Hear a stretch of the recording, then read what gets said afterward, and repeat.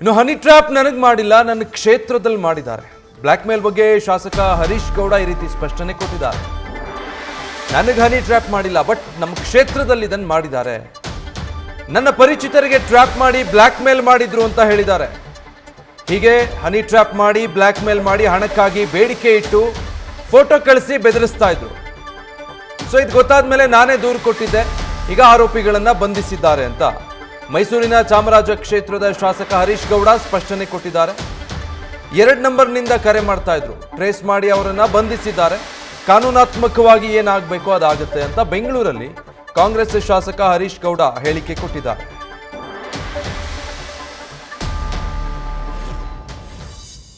ನನಗೇನು ಮಾಡಿಲ್ಲ. ನನ್ನ ಕಾನ್ಸ್ಟಿಟ್ಯೂನ್ಸಿಲಿ ಸುಮಾರು ಒಂದು 8 ರಿಂದ 10 ಜನಕ್ಕೆ ಹನಿ ಟ್ರಾಪ್ಗಳನ್ನ ಮಾಡಿದ್ರು. ನನಗೆ ಪರಿಚಯ ಇರುವಂಥವ್ರು ಒಂದಿಬ್ಬರು ಬಂದು ನನಗೆ ವಿಚಾರವನ್ನು ತಿಳಿಸಿದ್ರು. ಅವರೆಲ್ಲರೂ ತುಂಬ ಗೌರವಯುತವಾಗಿ ಬದುಕ್ತಾ ಇರುವಂಥ ವ್ಯಕ್ತಿತ್ವ ಇರುವಂಥ ವ್ಯಕ್ತಿಗಳು. ಅವ್ರು ಹೇಳಿದಾಗ ನಾನು ಫಸ್ಟ್ ನೆಗ್ಲಿಜೆನ್ಸಿ ಮಾಡಿದೆ. ಅದಾದ ನಂತರ ನಾನು ಇನ್ನೊಂದಿಬ್ಬರು 3 ಜನ, ಒಂದು 5 ಜನ ಒಟ್ಟಿಗೆ ಬಂದು ಹೇಳಿದಾಗ ನಮಗೆ ಅದ್ರ ಬಗ್ಗೆ ಪರಿಶೀಲನೆ ಮಾಡಿ ಮತ್ತು ಬೆಂಗಳೂರಲ್ಲಿ ಮತ್ತು ಮೈಸೂರು ನಗರದಲ್ಲಿ ಅವ್ರುಗಳಿಗೆ ತೊಂದರೆ ಕೊಡುವಂಥ ಕೆಲಸ ಆಯ್ತಾಯಿತು. ಆಗ ನಾನು ಬಂದು ಬೆಂಗಳೂರಲ್ಲಿ ನಮ್ಮ ಕಮಿಷನರ್ ಸಾಹೇಬ್ರಿಗೆ, ದಯಾನಂದ್ ಸರ್ಗೆ ಮತ್ತು ನಮ್ಮ CCB DCP ಆದಂಥ ಶ್ರೀನಿವಾಸ್ ಗೌಡ್ರಿಗೆ ಬಂದು ಕಂಪ್ಲೇಂಟ್ನ ಕೊಟ್ರಿ. ಆ ಅಪರಾಧಿಗಳನ್ನ ಅವ್ರು ಯಾರು ಅದನ್ನು ಮಾಡ್ತಿದ್ರು ಅಂಥವ್ರನ್ನ, ಅವ್ರಿಗೆ ಯಾರು ಬ್ಲ್ಯಾಕ್ ಮೇಲ್ ಮಾಡ್ತಿದ್ರು ಅಂಥವ್ರನ್ನ ಈಗ ಅರೆಸ್ಟ್ ಮಾಡಿ ಇಬ್ಬರನ್ನ ಕಸ್ಟಡಿಗೆ ತಗೊಂಡಿದ್ದಾರೆ. ಎನ್ಕ್ವೈರಿ ನಡೀತೈತೆ. ಮೈಸೂರಿನವರು ಅವ್ರನ್ನ ನಾನು ನೋಡಿಲ್ಲ, ಅವ್ರನ್ನ ನಾನು ಇವತ್ತರೆಗೂ ಮಾತಾಡ್ಸಿಲ್ಲ. ಅವ್ರ ಫೋನ್ಗಳಲ್ಲಿ ಯಾವ ನಂಬರ್ಗಳಿಂದ ಮಾಡ್ತಿದ್ರು ಆ ನಂಬರ್ಗಳನ್ನ ನಾವು ಕೊಟ್ಟು ಕಂಪ್ಲೇಂಟ್ ಮಾಡಿದ್ವಿ. ಪೊಲೀಸ್ನವ್ರು ಅದನ್ನು ಟ್ರೇಸ್ ಔಟ್ ಮಾಡಿ ಹಿಡಿದಿದ್ದಾರೆ. ಹಿಡ್ದು ಅವ್ರನ್ನ ಈಗ ಏನು ಕಾನೂನಾತ್ಮಕವಾಗಿ ಏನಾಗಬೇಕು ಅದಾಗ್ತಾಯಿತ್ತು. ಅದೇನೇ ಫೋನ್ ಮಾಡಿಬಿಟ್ಟು ನಿಮ್ಮದು ಫೋಟೋಸ್ ಐತೆ, ನಿಮ್ಮದು ನೀವು ಈ ಫೋಟೋಸ್ನ ತೋರಿಸ್ಬಿಡ್ತೀವಿ, ನಾವು ನಿಮ್ಮ ಮನೆಗೆ ಕಳಿಸ್ತೀವಿ, ದುಡ್ಡು ಕೊಡಿ, ಹಾಗೆ ಹೀಗೆ ಅಂತ ಅನ್ನೋ ಥರದಲ್ಲಿ ಅವ್ರಿಗೆ ಎದುರಿಸ್ತಾ ಇದ್ರು. ಹಾಗಾಗಿ ಅದೆಲ್ಲ ಗೊತ್ತಾಗಿ ನಾವು ಬಂದು ಕಂಪ್ಲೇಂಟ್ ಕೊಟ್ಟ ನಂತರ